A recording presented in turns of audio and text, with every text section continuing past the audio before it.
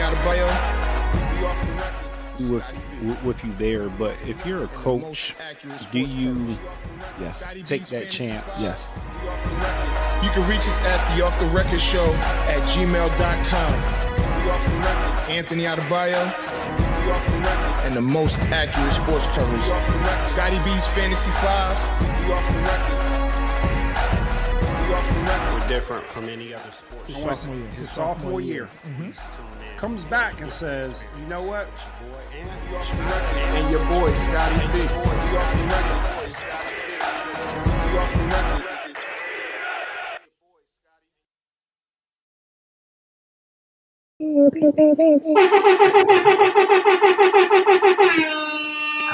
Welcome. Feels like we're home. Oh my God! The last couple of weeks were terrible, man. Yes! Oh! Been terrible, man. Oh. What's up, man? How you doing, man? How's your week? I'm good, man. My week actually was absolutely spectacular. Okay. That's even. I think I just made that word up. Yeah, man. There's a lot of good things going on. Yeah. But I guess we could intro. This is Off the Record. I'm Anthony Adebayo. It's your boy Scotty B. I almost forgot a little bit. Yeah, froze for a second, brother. A lot has happened. Still coaching high school football, and it's been a pretty good season so far. We're halfway through. We play our fourth game this Friday, and we look to go. We're 2-1 right now. Look to go 3-1. Okay. Yeah, man. How about you? How was your week? Everything's been good. I definitely got to catch the next home game you guys have. I hadn't been to a game this season, so definitely want to catch that. But it's been a fast football season. I mean, you look up, I didn't even realize you guys were going to start that fast, and then the season is basically, you're saying it's halfway through. It feels like you've been playing for like 2 weeks. Yeah. Now, we've been playing, we started February 22nd. We actually had 2 games that first week. We had a game on that. Yeah, it was a game Tuesday, because of the weather, it got pushed back a week. So it was Tuesday, and then Sunday, the following Sunday. So and then we played, the Friday. But now we're back on our regular schedule. Three games left in the regular season. And we got to win out. We're trying to get to the playoffs and make something special happen, which it can happen, and we'll see. But yeah, man. So how was your weekend again? It was good. It was great. I've been waiting since yesterday. I haven't been able to talk to you about this. I see you have your favorite Cowboys hat on. Every Cowboys hat I have is my favorite. So I don't even know if that's it's a Nike hoodie. So what are your thoughts on the Cowboys getting it done with that? Are we gonna start there? I want to start there. I want to get your sentiments on that. Well, I am happy, man. I've been happy since we got the news that Dak signed his contract. 4 years, 160. I think that is a good deal. I think he earned every penny of it. The people that say that he's overpaid, I'll just say it's just our people that says things like that. But I think that it actually helps the Cowboys because instead of $37 million towards the cap, it's only $22 million towards the cap. A nine base, 22 for the bonus, which I think helps. Then and I think he deserves it, mainly because he's made $4 million. Since he's been in the league, or somewhere around that in like salary. So, yeah, I think he deserves that money, and it puts him in a spot like around with Deshaun Watson, with below Patrick Mahomes, but it's necessary, man, and I'm happy that they got it done. I know he's happy that they got it done. Jerry Jones even looked happy that they got it done today. So I think that we'll see what happens in the off season with the rest of the off season as far as like getting the free agents and helping build the defense and the O line. Yeah, I mean, all jokes aside, I know I give you a tough time about the Cowboys. It was a good deal. He deserved it. He deserved every dime of it. A lot of the people were saying today or yesterday that it's like going to a Bentley dealership. I kept hearing that for whatever reason. That's the price. There's not going to be a 50% off or 25% off like Bentley, what they advertised online is what you're going to pay for that car. And just the way that football is being played now, you have to pay your quarterback. You just do. There's no way around it. No matter who you bring in there. Now, you can try to draft a quarterback and hope that you get some success with that, but it's really difficult to find a franchise quarterback that is going to put you in a position to win each season. And I mean, you look at the Chicago Bears. I mean, they've been searching for a quarterback, it seems like, since their existence. Absolutely. So when you stumble across somebody that is a difference maker, a playmaker, and can get things done and people follow, you've got to do everything you can to get that deal done. And I think that's what was the frustration with the Cowboys is like, what are you guys doing? I mean, this guy checks all the boxes. He does everything you ask him to do. He's not an off-the-field problem. Get the deal done. So I was excited that they got it done. So I did see some things, some rumor. It's so funny because you see people say, oh, well, he got that contract now. I don't know. That's just the writing on the wall is for Zeke and Amari Cooper to not be there long term. And I think that's personal. I think that's crazy. I think that the way the deal is set and he can renegotiate after 3 years. But the way the deal is set, that those guys will still be able to be around. And will they restructure? I'm almost certain that they're going to have to, at least Ezekiel Elliott, he's going to have to restructure his contract when he gets to like the third, fourth, and fifth season, and that's okay. That's okay because as long as he's still getting his money, I don't think it's a problem. They restructured with 3 offensive linemen today, and I think another defensive guy. And now, they have $17 million in cap money, which is a start. See, so, I actually agree with the comment. I think that looking at that deal, not everybody is going to be able to stay a Cowboy. And I think what that deal does, and this is for any team that pays their quarterback, it puts some pressure on the front office that they have to draft and they have to make smart decisions. That's the only way you're going to, I mean, not now, but in the future, that's the only way you're going to remain competitive. You can't miss on draft picks. You have to get it right. You don't have to get it right every time, but you're going to have to get it right. And, Dak Prescott, I don't think the pressure has always been on him. I think that he's already always had not unrealistic expectations, but he's had high expectations. So I think he'll perform. But, when you go out there and you pay the quarterbacks like the Aaron Rodgers, the Patrick Mahomes, the Russell Wilson, they figure out how to do more with less. And that's what comes with the territory when you get paid like that. So I agree. If you're a Cowboy, you're starting to look around like, okay, are they going to pay me? What's my future look like moving forward? So, yeah, that's a fair assessment. And so, here's the thing: the Cowboys are the most popular team. They're the most popular team, so whatever it is gonna be scrutinized one way or the other. I think that they had to get this deal done. I've been saying this. I've been saying this for months. I didn't think that they were going into. I didn't think that they were going into this season. He was going into the season on the franchise tag. I thought that they were going to get the deal done, Now, how many years? It was probably going to be the 4 years because of everything, you know, and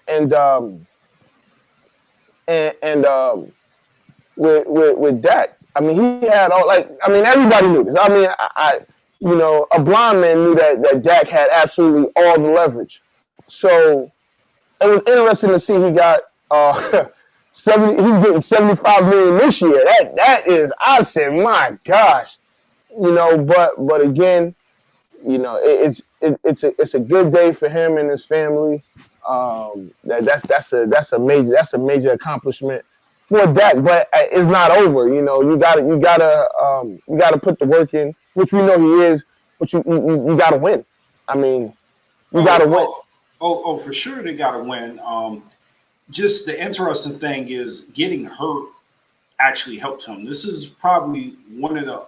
I mean, I'm sure there's other situations out there, but it's only one situation that I could say getting hurt was a blessing in disguise. It allowed the Cowboys to look and see what life would be like without Dak, and it wasn't pretty.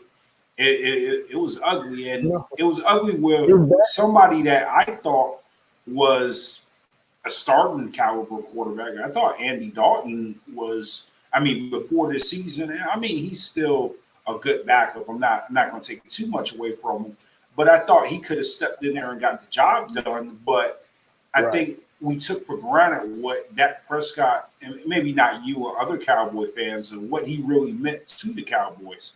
I mean, you look at that defense this year, they couldn't stop a nosebleed. And, I mean, just having Dak Prescott out there to offset that meant so much for that franchise. Right. Yeah, I mean, and I think they should draft a corner in the draft with that number 10 pick. That probably I like Surtain from Alabama, but we need to like this draft should be used to get depth and quality. Like this should be they need to hit on this draft. I really do believe that they need to hit on this draft. Like, so these rookies need to be able to make it happen. Like you said, like they can't really miss on a lot of drafts, and this is a very important draft that they cannot miss on. Well, what if I'm a Cowboy fan, what I would be hopeful for is that some of the players that come back, they come back healthy. And then you got like a whole bunch of players that got a lot of game time experience last year. So, if you could stay healthy, the sky's the limit. I mean, let's be real, that division, it doesn't appear to have gotten any better. I mean, we still got the draft. Free agency is not over. And, there's some players that's out there that can help other teams. But right now, my expectations for that division, you don't know who's going to win. So they definitely have an opportunity to, seal the deal this year with winning that division. Well, they're going to win the division. I think that they're going to win the division. I'll leave it at that. I don't have a worry in the world that they wouldn't win that division. I mean going away. I know people talk about Washington's defense and. Okay. I mean, okay. You look at Washington's defense, but that offense ain't nothing to write home about. I mean, if they're able to get a quarterback and pick up some pieces in the draft, Washington is just as competitive as the Cowboys. The Giants, I think they can possibly take the next step. And we'll see if the Eagles really build around Jalen Hurts. So I wouldn't say that it's a definite that the Cowboys are going to win that division. I think we just have to see, but it's not outside of the realm for them to win. I don't see nobody has a grasp of that division. It's up for grabs. Scott, listen to me. Scott, listen to me. They're winning that division going away. It won't even be close. At least 3 games. they win that division by? I wouldn't step out on a limb there. I'm not dumb enough to take that bet, but I'm not confident enough that they are just going to walk away with that division. All right. Okay. I mean, and we'll see. So, again, shout out to Dak. Congrats. Shout out to his brother, yo. I mean, his brother has been his driving force on Twitter, you know, for years, you know, and shout out to Tad. So Russell Wilson, right?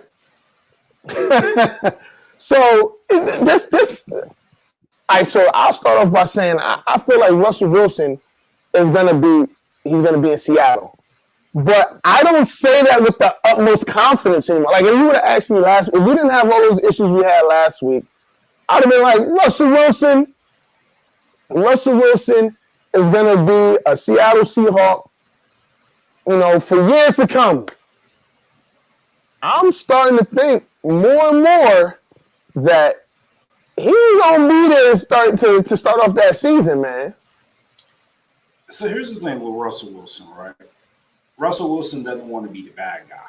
He wants to just throw out little innuendos and, you know, hope that somebody just trades him. The Seattle Seahawks are not trading him. What he's got to do, no trade clause, though. He has no trade clause, but what he has to do is he has to go in there and he has to demand the trade. And what Russell Wilson is worth and what Seattle is going to want for Russell Wilson is difficult. It's going to be difficult to get that deal done, especially if he's just kind of saying, you know, I'm not pleased with, you know, not being involved. I want offensive linemen. Okay, those. If I'm a front office guy, to me, those are fixable things. What he has to do is he has to go into that front office, like Deshaun Watson said, and say, hey, look, I'm done here. I'm not playing another down for you and force his hand. But we all know Russell Wilson's not going to do that. You say he's not going anywhere? Nah, he's not going to do that. I mean, they disrespected that man, and he gonna still put on that Seattle Seahawks jersey. You saw the letter that they had to the fans, right? What? Oh, and he let me know. So here's my thing with that, right? I get that. I don't put too much into that because, you know, they tried to put a lot into Dak not being on a hype video when they said it was a mistake, and I take it as it was a mistake. But I think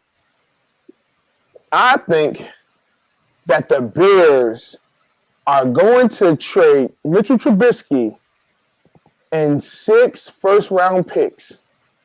6? Mitchell Trubisky. 6? Hear me out. Mitchell Trubisky and 6 first-round picks, and maybe a couple of thirds to get Russell Wilson. And with that being said, if that deal happens or anything similar, and Russell Wilson goes to the Bears, he is the best quarterback in the Bears' entire history. In their existence, he automatically is the best quarterback that they've ever had. Okay, so I agree there that he would be the best quarterback. But where I disagree is I don't think he allows that trade to go through. I mean, you look the Bears are on his list. The Bears are on his list. I know, but he's got to think about that. That offensive line is terrible. It's trash. And, I mean, the defense now, I will say this about the Bears. It ain't no worse than an O-line he has right now. So for 6 first-round picks, I say even 3 first-round picks. If I'm Seattle, I pull the trigger, and that's enough. I think 3 first-round picks. I think it's going to take more than 3 first-rounders to get Russell Wilson. They're going to have to. Absolutely, they're going to have to pay. One, he got a no trade clause. 2, is he's one of the best. He's in his prime, and he's one of the best quarterbacks in the league, they're going to have to pay a premium for him. And I know we got guys in the comments saying that 6 is a stretch. I don't think so. I'm not saying for the next 6 years. It may be spread out for like over 7 years or 10 years. However they do it, EB says the Saints. I don't think that's happening. I think the Saints are gonna go with Jameis if Breeze retires, which I think Breeze is gonna retire. I think they're gonna go with Jameis. But we're not gonna get that. Let's stay with Russell Wilson. So hold on, right? Here's my thought process with that. If Okay. they're going to do that, why not just go get Deshaun Watson? He's younger. Now, one thing I'll give you about Russell Wilson is he's got a quarterback-friendly contract. I think he's averaging about $23 million based off of the years. So, I mean, it's a still to be locked up. You said why you talking about the Bears? Yeah, if I'm going to give you 6 draft picks, why not give it to you for somebody that's younger? That contract may not work either. I mean, we got to look at because Deshaun Watson's contract is brand new. Which now you can make it work, but they tagged Robinson. So Robinson, I think, is getting about 15, 16 per for next season. I mean, that has the writings of a new quarterback. It has the writings of a new quarterback in the building, man. You draft. Listen, there's some really good linemen in this draft coming up. One from Oklahoma State, one from Northwestern. You always got Alabama. You can never listen. There's always Alabama linemen. So. Yeah, but if you give up all your draft picks to get Russell Wilson, you won't know. Well, somebody else will be able to draft him. Yeah, that's a good point. But just because you make that trade doesn't mean. You don't really have the piece like Chicago doesn't really have other pieces that are trade worthy. And again, maybe they don't draft this year's first. Maybe they draft 6 first rounders starting in 22. And then you can draft that lineman. I tell you what, I hope my 49ers go out there and get Deshaun Watson. Give Houston whatever they want for him. Go grab him. I think Russell Wilson is out the question. They're not going to trade him in the division. I can see that. So here's the thing. Russell Wilson, I personally think right now, if you ask me right now to make a bet, I would bet that Russell Wilson is going to stay in Seattle. But that's no fun with what we're doing right now. I like saying that the Bears are going to trade 6 draft picks, Mitchell Trubisky, and a turkey sandwich for Russell Wilson. That is more fun to talk about than he's probably going to stay, because he probably is going to stay. So this is something I wanted to ask you. This is something I wanted to ask you though. Mm-hmm. If you're Seattle's GM, would you rather get rid of Pete Carroll or deal Russell Wilson? Oh, I think I would fire Pete Carroll. I would get rid of Pete Carroll. Yeah. Yeah, I can find a coach a lot easier than trying to find a franchise quarterback. Absolutely. Now finding a good coach that fits like is tough too, but it's a lot easier than finding a franchise quarterback because you just don't know. You're right. It is easier to address the O-line than trade them. But again, that ain't no fun. That ain't fun. I mean, they could have got Brown, but he went to New England, who was probably gonna get Garoppolo. And the 49ers are gonna do something crazy like sign Marcus Mariota. Oh man, that was so. but I think honestly though, for Russell Wilson, he's got to look in the mirror, right? he's getting hit too much because they're not running the ball enough. Mm-hmm. They need to run the ball. They just got rid of Carson. Well, they didn't tag him. So I think this is what's gonna happen. Well, yeah, you're right. But I think the merry-go-round or the musical chairs are gonna continue to happen with the quarterbacks. Right. And I feel like Garoppolo is gonna be gone from San Fran. I think him going to New England makes a whole lot of sense. I feel like San Francisco is actually going to get Matt Ryan because the Falcons. Hold on, Scott. Don't relax.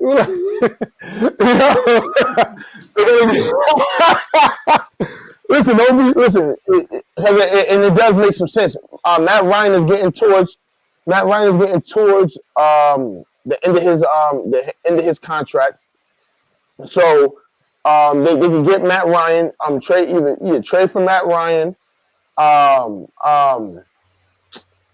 man, I forgot where I was going. Oh, so and then Drew Brees retires, and Jameis Winston stays with the Saints, and the Falcons actually draft a quarterback. They draft one of those 5 quarterbacks in the first round. So somebody brought this up to me yesterday, and I had the same exact look when they brought it up. But they were right about one thing: the Matt Ryan play is the smart play, and it's the one that makes the most sense. I'm kind of good on Matt Ryan, man. I'm good on Matt Ryan. Wow, he's over 49er, man. I've never been impressed with Matt Ryan. I've always said that on the record. I guess he's above average quarterback. He's not going to come in there and change the game. I don't think so personally. I'm good on Matt Ryan. I think he's an upgrade from Garoppolo, but Garoppolo got you to a Super Bowl. Yeah, maybe Matt Ryan win us a Super Bowl. I don't know, man. It doesn't excite me. Like if it was to happen tomorrow, I just be like, oh, okay, we got Matt Ryan.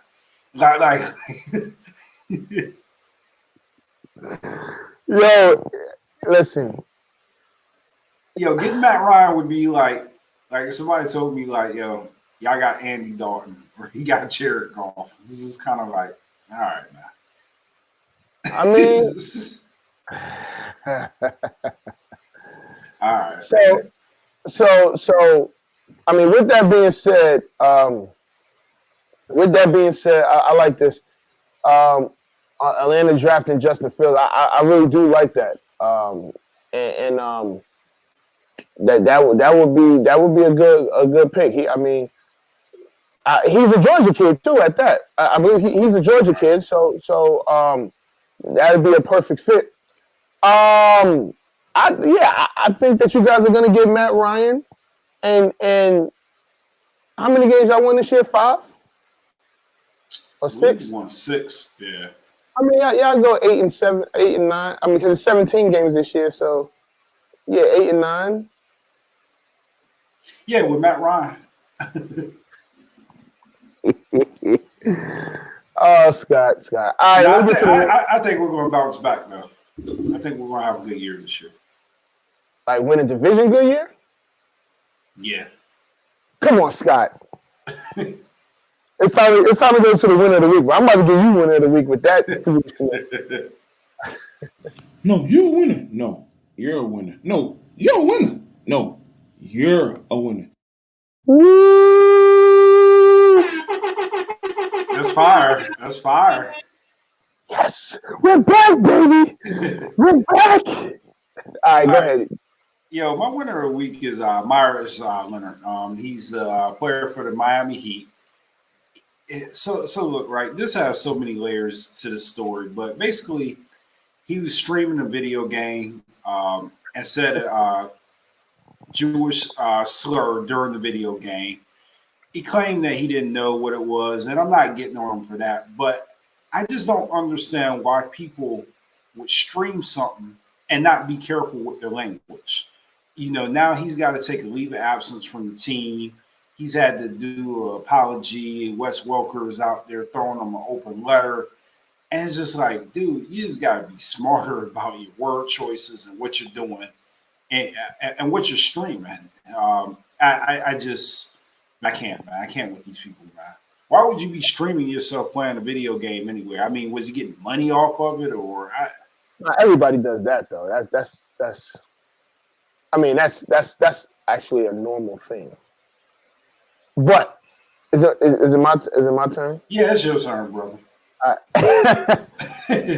So, you know, a long time ago, my dad told me that when somebody shows you who they are, believe them, right?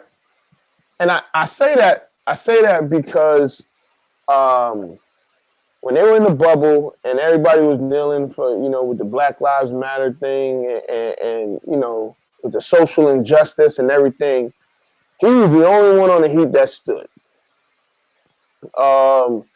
He also said that, you know, he wasn't real. I think it's some to the extent of he wasn't real familiar with Black Lives Matter, or what he supported it, you know, mainly because of his teammates.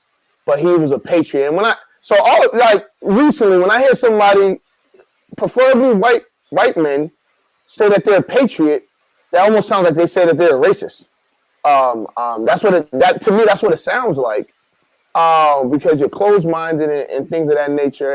And again, I understand that, but it just sounds to me with everything that happened at Capitol Hill, and everything, they kept on saying that they were patriots and all of these things. It just comes off wrong in my eyes, right? And now you have this. I don't know Myers Leonard. You know, met him before. Didn't say too much to him, but met him before, and it was like, I mean, it is what it is. But with this, with the stuff in the bubble, I don't think that's just a coincidence. You know what I'm saying? I don't know if it's just. And then what makes it worse is the apology, and it's just like, come on, man, like. He's the one that said it. It's not like somebody said it to him first and then he repeated it.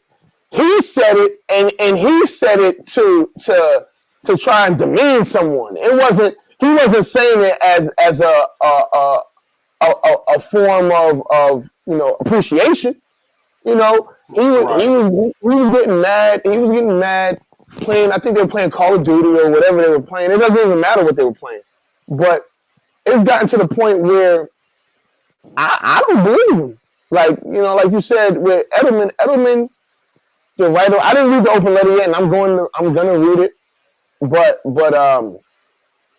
until he like acknowledges, because I don't think he really understands. I mean, he may understand it now because he ain't gonna be playing, and you know, people don't mess around, especially with what he was saying. Will you play an NBA again? Is my question to you. Will you play an NBA again? Because here's the thing, it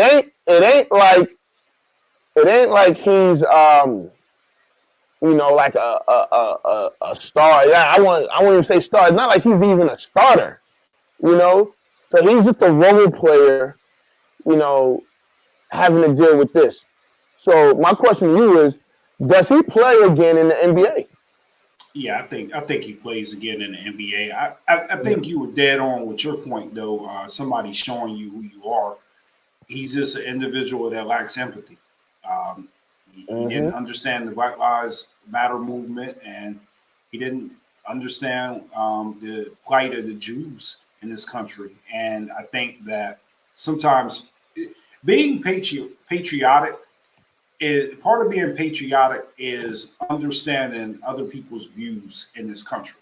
That's what a lot of veterans fight for, is for everybody to have open views and to respect people's views. So when I hear that people say, oh, they're being patriotic to the flag and they're being patriotic to this country, one of the most important things about being a good American is accepting others Right. and having that empathy and understanding of others. So I don't buy it. I think that this is crazy. And I keep saying Jews. I say Jewish because that's offensive too. I learned that today too. Is it's not Jews, it's Jewish people. So I apologize. I said that a couple times too. Yeah, I mean, and it's so crazy, man, because it almost feels like the apology was not because he actually did it. And again, I don't know him personally, so maybe he did mean it. But it seemed like we heard that apology before, not necessarily from him, but it just feels like we've heard that apology before, and it's like, oh God, here we go again, you know. But we'll see what happens. I agree. I don't think that's like the end of his career. I do think that he's going to be suspended for quite some time. He's not even suspended right now. He's just like on like a leave of absence or something like that. I think he'll get over it. I think he should. Yeah. I do think it was. It might have been honest. Yeah, I just think that it was something that we hear. The apology was something that we hear quite often when something happens, or when somebody does something wrong. It didn't seem empathetic. You know what I'm saying? And so that's kind of where we are with that. And I do hope that he speaks with Edelman and he gets knowledge on the situation. I hope so. I hope that he does, because there's nothing better than learning about where you messed up at. You know what I'm saying? So he messed up, and now getting the knowledge on that should help him, and it should help him understand, you know, where the anger is coming from. As long as he owns it, and that's good.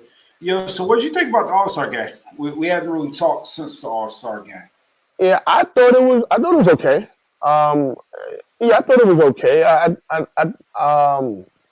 I like the show that Dame and Steph put on. Well, before I even go any further, I knew that Team LeBron was going to win and win easily. I don't know what KD was thinking when he was drafting his team. I don't know what he's thinking. I mean, unfortunately, Embiid didn't get to play. I think Embiid and Simmons was on his team, right? You're right. So I thought it was okay, but I didn't think that Team KD had a shot in hell to win that game. I thought that LeBron's team was so well put together, and he had. Not only did he have Giannis and Steph, who else was on that starting lineup? Himself and Luka, right? And the Joker, I think was on the start. Yeah, so it was Giannis, LeBron, Luka, Steph, and the Joker. Really. Anyway, and then not to mention he had Dame on the team, and it was just crazy. I was like, there's no way that they're going to lose this game. Them boys put on a shooting exhibition. Absolutely. I put on a shooting exhibition. What did you think about the game? So I was good with the game, but I didn't like the dunk contest. I thought that was probably the worst dunk contest I've ever seen. Nah, I can't let you get away with that. That dunk contest when they had the little spinning wheel, that was by far the worst dunk contest. Oh my gosh, that was so you think? Yes. Oh, man, you think the spinning wheel was worse than that joint? Absolutely. That spinning wheel was by far the worst dunk contest ever. The spinning wheel was up there. I don't know. I'm interested to see what anybody listening thinks. Is it the spinning wheel contest? the one with the wheel. Okay. All right. Facts. Yeah. So here was my issue with the dunk contest. last week. Okay. One, I didn't like the way the judges were judging. I thought that the judges kind of screwed up the dunk contest. I liked some of the dunks, but it just felt like they were rushing them.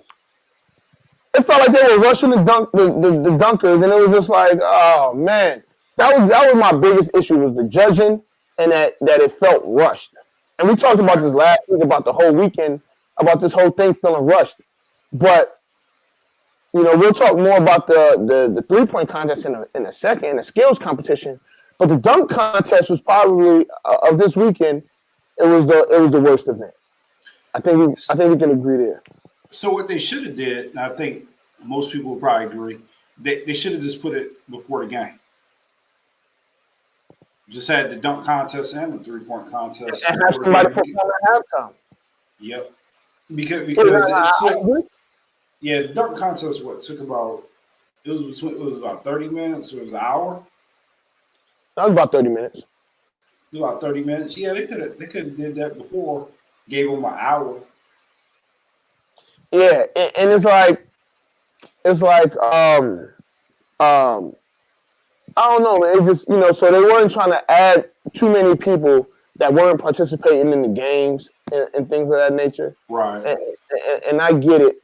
It could have been better. I think we could agree on that. It could have been better, but it wasn't the worst. That spinning wheel one. The spinning wheel was.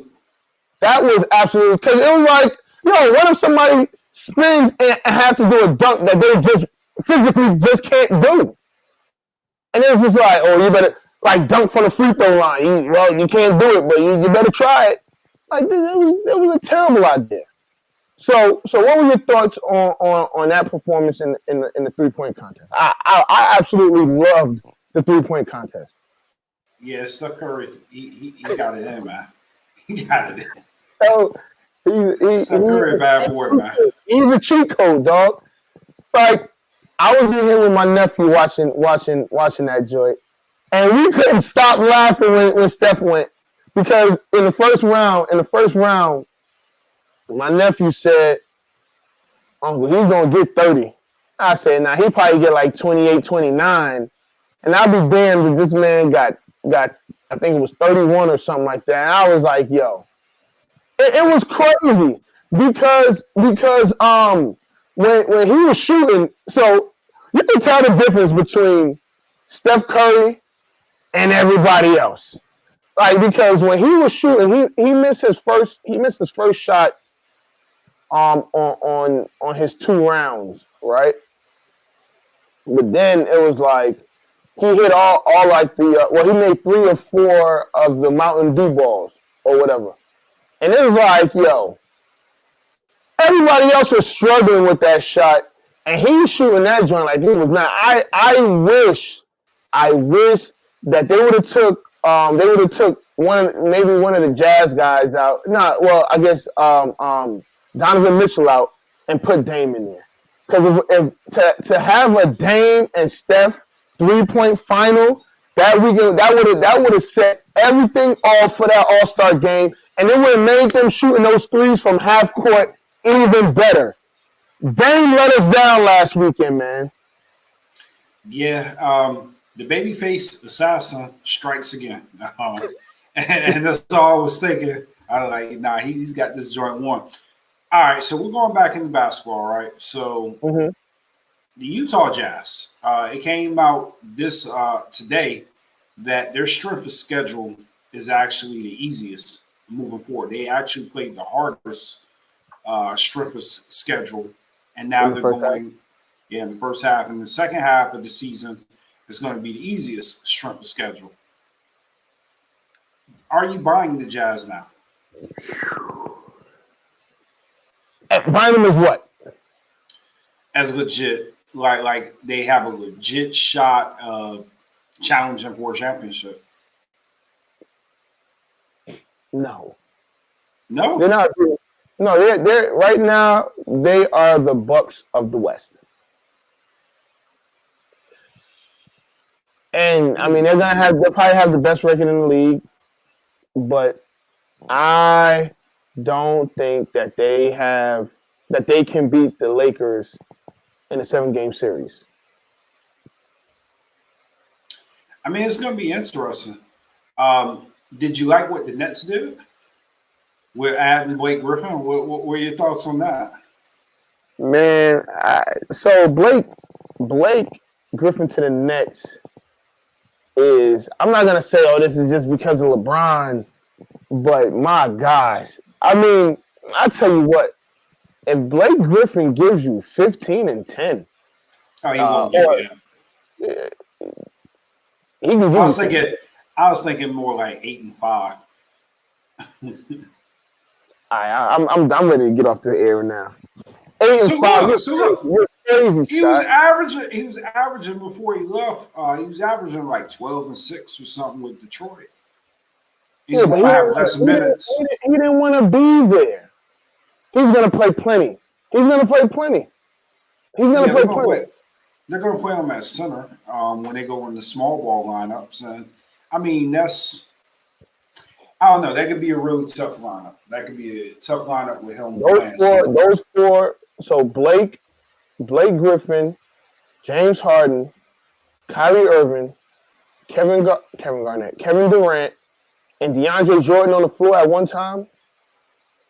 You're in trouble. You're in trouble. I don't care what people are saying about Blake right now, but you're in trouble. You are in trouble, and that includes the Lakers. But with that being said, I still got the Lakers winning the championship right now. So let me ask you this: you'd rather have Blake Griffin out there than Jeff Green? Because Jeff Green is playing phenomenal for the Nets. All I think he's going to do is cut into Jeff Green's minutes. It'll work. It'll work. I mean, it has to work. But I don't think like. I mean, it was okay. I want to see what Blake Griffin we're going to see. You know, you'll see the same one you saw in Detroit. Well, I didn't watch too much in Detroit. I didn't watch too much in Detroit. So you going to see the Blake Griffin that you saw this year, the 12 and 5. I mean, so here's the deal, right? They got him for the low. He can still play, and he can help them win. But I'm not expecting too much out of him. I think he'll play a significant role. I mean, if you got somebody coming off the bench giving you 8 and 5, that's decent. Yeah, I think he's doing a star-studded team. Yeah, 8 and 5 ain't it. 8 and 5 ain't it, dog. Shoot, he might give you 6 and 5. You just wasted your money. I feel like 8 and 5. Because they got him for the veteran minimum. Yeah, you're wasting your money. Not somebody like a Blake Griffin. We're talking about Blake Griffin could score. So I think he's going to average double digits. I think you're shortchanging him. You think he's going to average 10 points? At the very least, I think he's gonna. I think his average is gonna stay where it is. Actually, I think he's gonna be around 12. I think his rebounds actually go up. So if he averages 12 and 5 or 12 and 6 or whatever, I mean that's good. Yeah, and I think it's gonna be scary for everybody. Yeah, I mean, so at this point we're talking about what's the return on the investment, right? Yeah, he's at the league minimum, and it's not really messing with their salary cap. But I don't think 8 and 5 is a return on your investment, because if you're averaging 8 and 5 and you're cutting in the Jeff Green's minutes and you're cutting in the minutes of other guys, then I mean, what's the point? What's the point of that? Because Jeff Green will get you 8 and 5. Yeah, you start cutting into Joe Harris. I mean, it's a whole bunch of people. I mean, you got Joe Harris out there that can spread the floor, that can help spread the floor, and then you put DeAndre Jordan in the middle. I mean, he's a situational guy. I mean, the right situation, like when they want to go small, I mean, they could plug him in there, but they're not going to treat Blake Griffin like a role player, dog. It's not going to happen. He's got to be. That's the only way it's going to happen. All right. They probably already had that conversation. Like, look, dog, we'll Oh yeah, slide you in. We can get you in there. I'm certain, but Yeah, we need you to clap.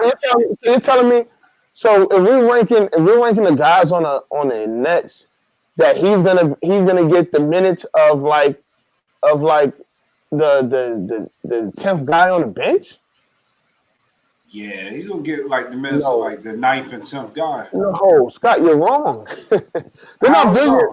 not bringing Blake Griffin in to be the 9th man. That's not happening. That's exactly what they're doing. No, they're not. Like, we got you for. Okay, we'll see.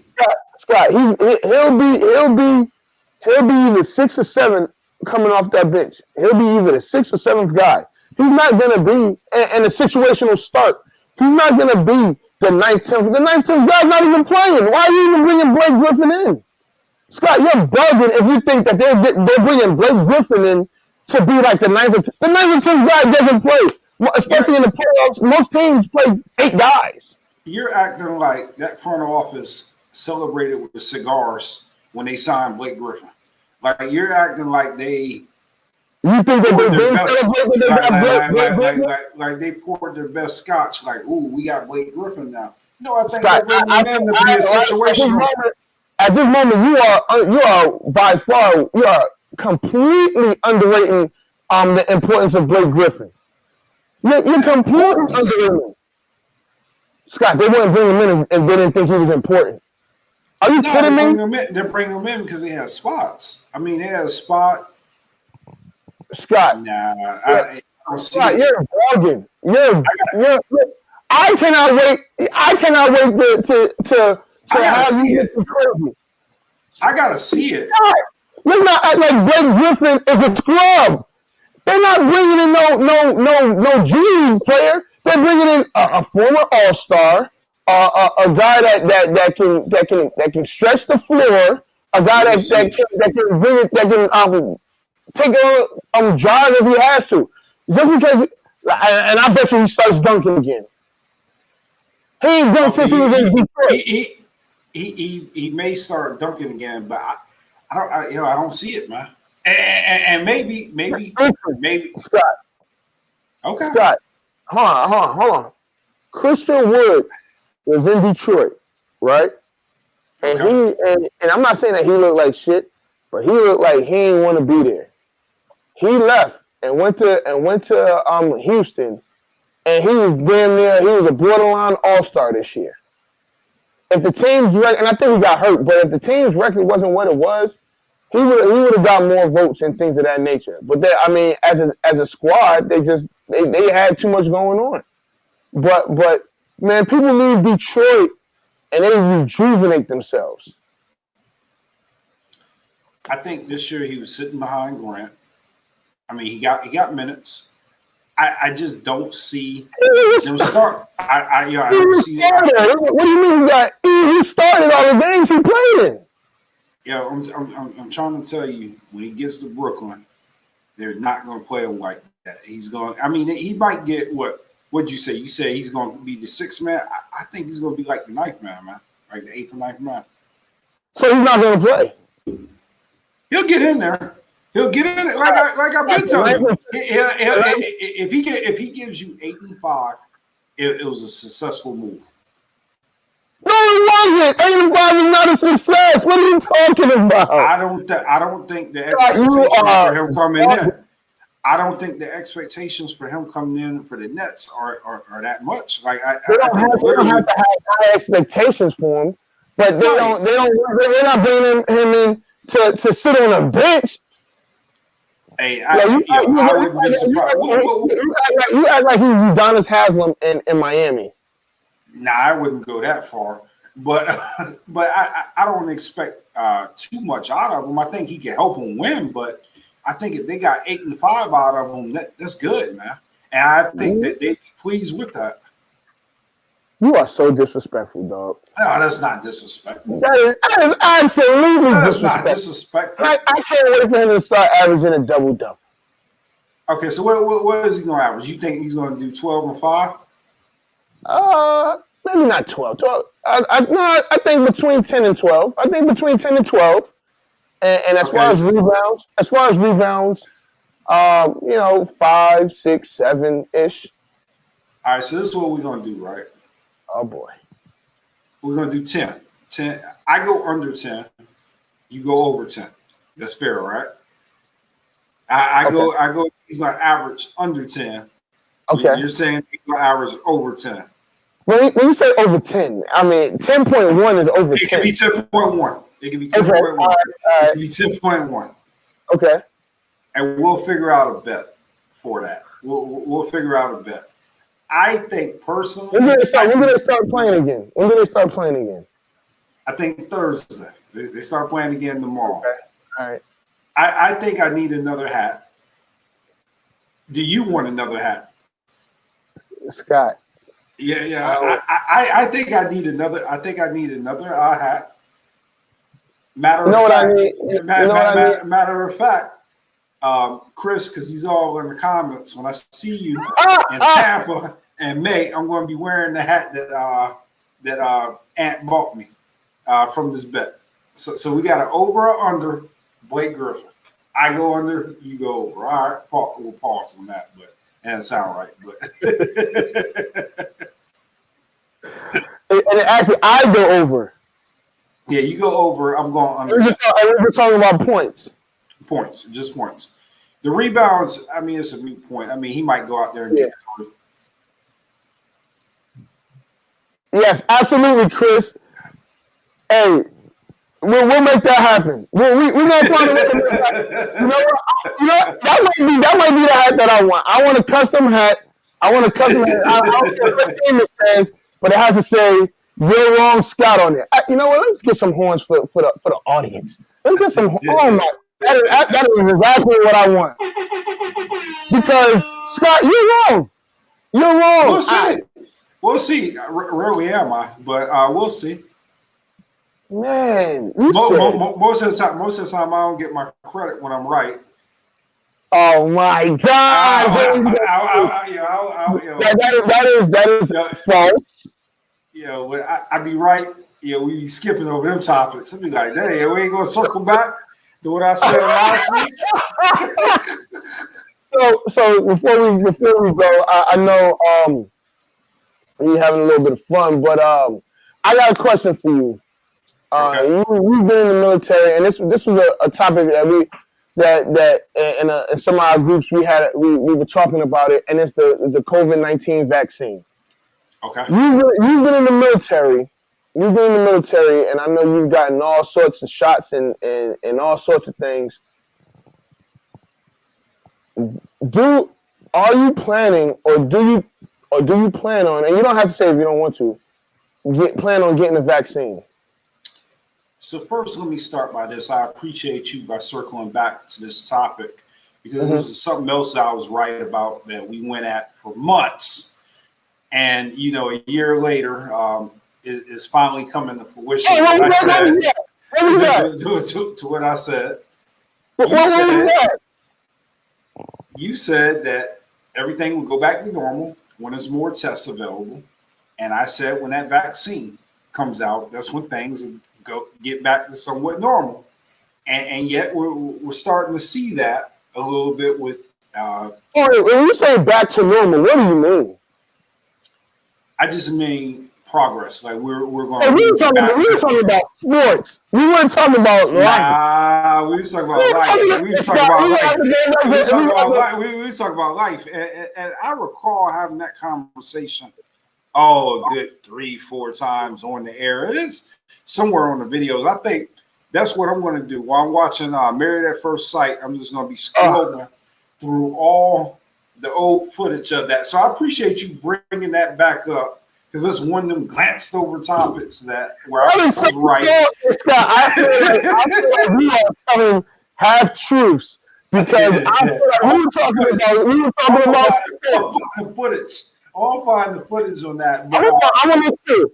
Because I want to say it was around August, September time. Yes, sir. And it was before football. It was around bubble time, it was before football. We'll find it. But anyway, if I'm able to do it, I'll take it. if you're able to. Okay. So I am still torn. I personally like when it was first, when they first were talking about the vaccine, I was like, I ain't getting it. I was like, I ain't getting it. Yeah, matter of fact, you said it on the show. and as I've been like doing research, talking to some healthcare professionals and things of that nature, I'm not fully there yet, but I'm getting closer to that. I'm getting closer to that part of taking the vaccine. And if it's what they say it is, and it can help, it can, one, prevent the spread and especially our community. It almost like, and from what I was reading, it almost feels like selfish not taking it if you have the opportunity to. So, yeah. So I wouldn't say selfish. I think we just have to respect people's perspective on it. Right, absolutely. Yeah. People, there's people that don't want to take it for other reasons, and that's fine. But we don't have to make those people feel absolutely like they're terrible individuals because they don't want to take it or they don't want to. Yeah, right. So I've never had a flu shot. I've never had a flu shot. And I mean, I know it's a little different now, but I mean, I've never had a flu shot, and I've been okay, but that doesn't necessarily have anything to do with COVID. This we clearly see that this is a different animal and this is a different beast. But LeBron wanted to keep it private, and I think this is the last thing we could talk about before we get out of here. LeBron was talking. He was asked about it, and he wanted to keep it private. And there were people that didn't agree with that. What is your take on that? I agree. It is a private matter because the more conversations I have about this, you get to know people. Like this vaccination, talking about it is like talking about politics, right? It's almost at the point to where, it's almost at the point to where you don't even want to ask a person because you could say something that might offend somebody else's views. Right. So I agree with him not answering that question because he has nothing to gain from answering that question. So I get it. Yeah, now, some people are disappointed in him because they feel like some of the other black athletes can help change other black people's perceptions on the vaccination because it is a lack of trust with a lot of African Americans. So they want to see like people like LeBron and some of the other superstars get behind it so that they can promote people doing it. And I hear hi. What's up? What's up, Mariah? She tried to sneak in here. Sorry. And, say hi. Say hi to the people. Hi, people. Get out of here. Get out of here, kill yourself. Now she want to act shy. Any other time she over here doing backflips and everything up throughout the house. So it was, like I kind of agree with what you're saying. And